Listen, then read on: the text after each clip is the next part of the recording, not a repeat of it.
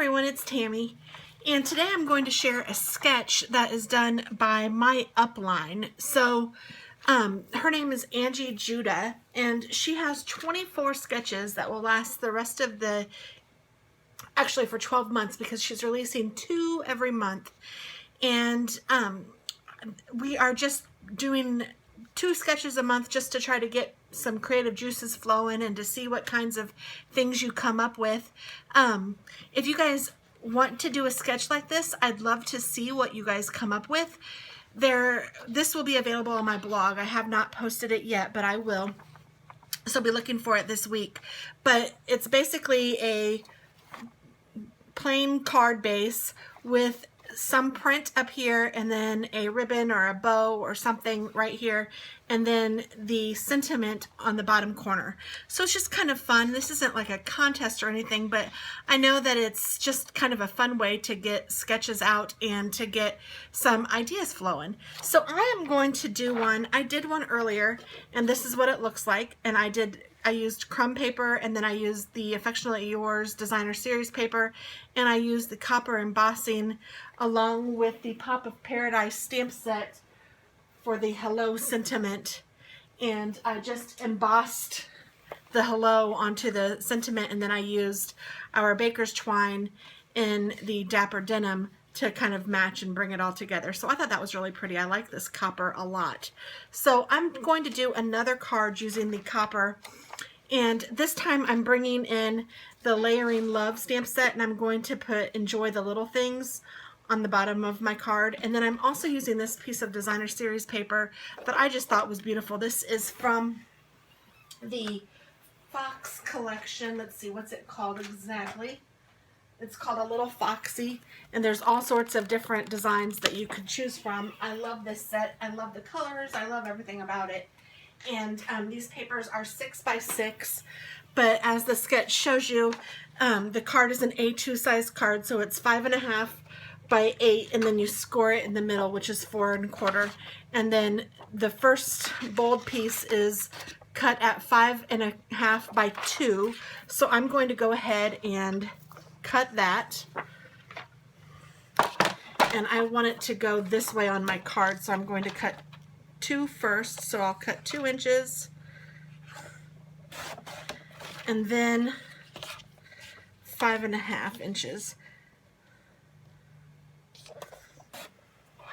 Normally I don't go 5.5 inches. I don't go the whole length of the card. Usually I go 5 1/4 inches and go just a 1/4 inch in, but so this will be kind of fun doing it a little differently than I normally do. And then the ribbon, it says, is cut at 1/4 inch by 5.5 inches. So I'm going to cut this at 1/4 inch, and then I'm going to cut it at 5.5 inches. So you can see that this is just double-sided designer series paper, and I just used the other side.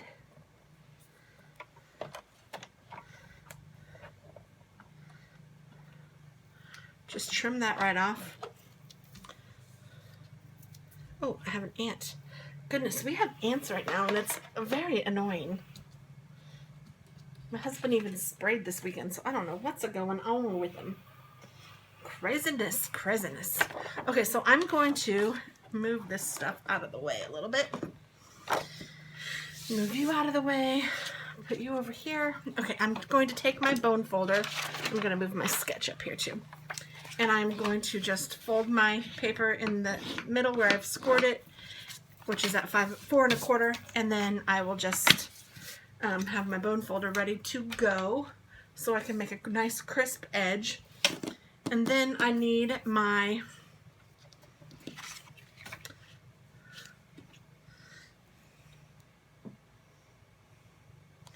I think I'm going to do the sentiment next, just to make sure that I get it on there. So to do this, I'm taking the Versamark, which is available through Stampin' Up, and then I'm just going to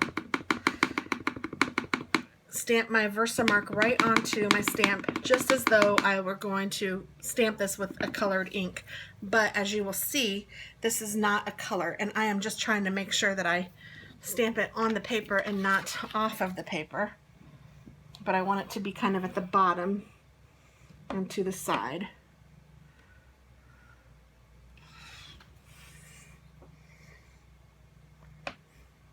So I'm just getting this a good, firm, solid stamp. Lift it straight up. And you can kind of see it a little bit, but just wait. I'm going to take a piece of just extra cardstock, and I'm going to take my copper embossing powder and sprinkle it all over. And I know that I have way too much. That is okay. There's no problem.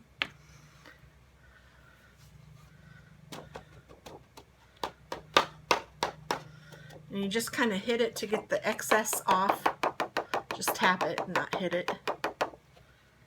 There's a little bit extra right there, so I'm just going to take my finger and try to get that off.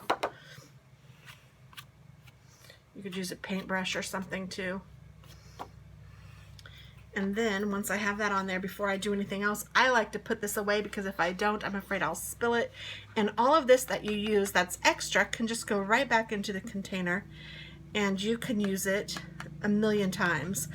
I know that these little containers look like they don't hold very much, but the amount of embossing powder you actually use is so small. This embossing powder will last a long time. You really don't use very much each time. And then just make sure you cover it up and make sure you put it out of the way, because you are going to be using your heat tool, which will melt all of the plastic around it, so you've got to be careful. And this is my heat tool, and I'm just going to turn it on and let it run for just a second before I put it on here, so you're going to hear it. It's not too loud, but just know that you could not use a hairdryer for this. It doesn't get hot enough. So this thing does get pretty hot. And then I'm just going to bring it in, and I'm going to push it over my, or not push it, just put it over my image that I want embossed, but be careful not to touch it, and then be careful not to hold it in the same spot for too long, because you will burn the paper.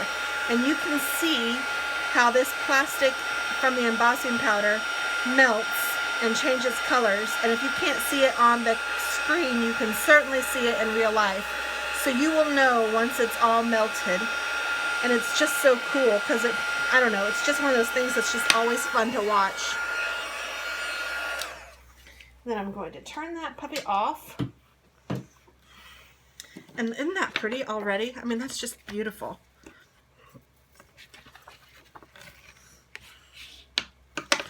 And then I'm going to cover up my Versamark as well.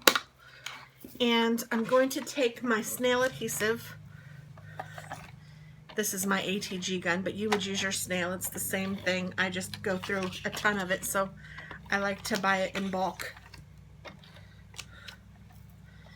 And I'm just going to put this at the top of my card.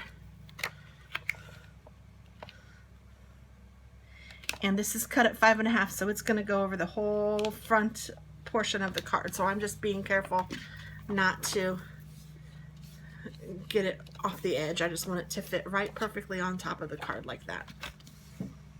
And then I'm going to take the piece of 1/4 inch cardstock that I've cut, and I'm going to put some snail onto that. And this is 1/4 inch snail as well, so some of it kind of got off the edge if you're not perfectly lining it up, which is okay. You can just kind of move it so it gets in the back. And then so I'm using the opposite side, and I'm just going to put this down right at the bottom where the two meet.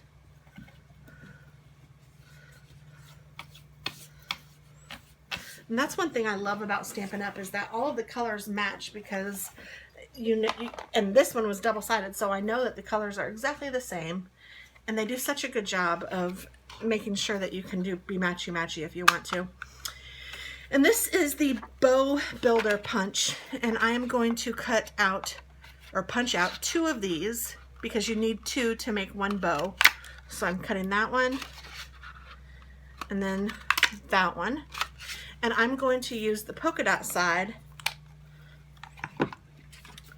for my card, or for my bow, Goodness. And so to do that, I'm just going to take my 2 pieces that will make the bow and kind of give them an idea of which way they're moving.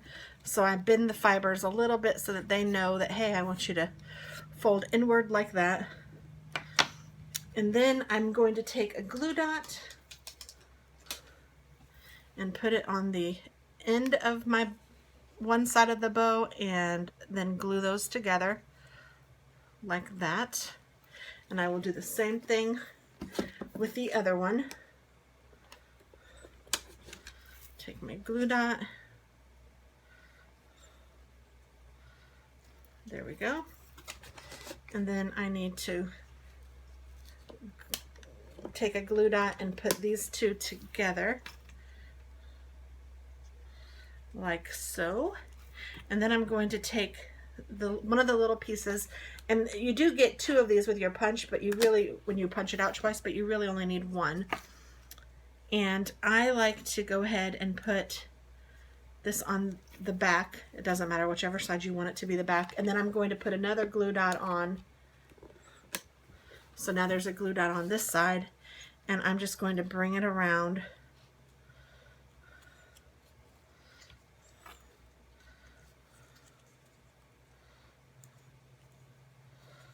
so that it makes a little middle part for the bow. Isn't that cute?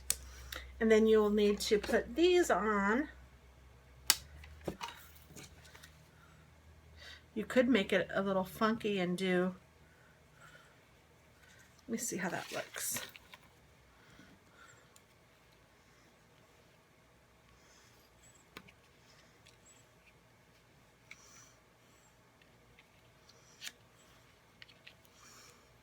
Yeah, I can't really tell, so I'm going to go ahead and leave it on the polka dot side, and I'm going to put it just right here so it's on the edge. You don't even have to use these if you don't want to, the ends of the ribbon. It's totally up to you. And this one gets one on both sides, and I'll teach you why. So he has a glue dot on each side. This one is going to hook to this one, just like that. And then this one is going to lay it down just like that. And there we go. There is our super cute, super easy card that is like the sketch. And here's the second one that I did, or the first one that I did, I guess. So, yeah. And there's some tips on this page. I will put this exact page on my blog so that you can see it. And it's just kind of cute. Thank you so much for watching. I hope that you participate. And if you do, please let me know. I'd love to see your card. I don't know, maybe we can post them on Instagram and hashtag TT.Scraps or something like that so that we can see. Wouldn't that be fun? Yeah, that's it. Thank you so much for watching. Have a great day. Bye-bye.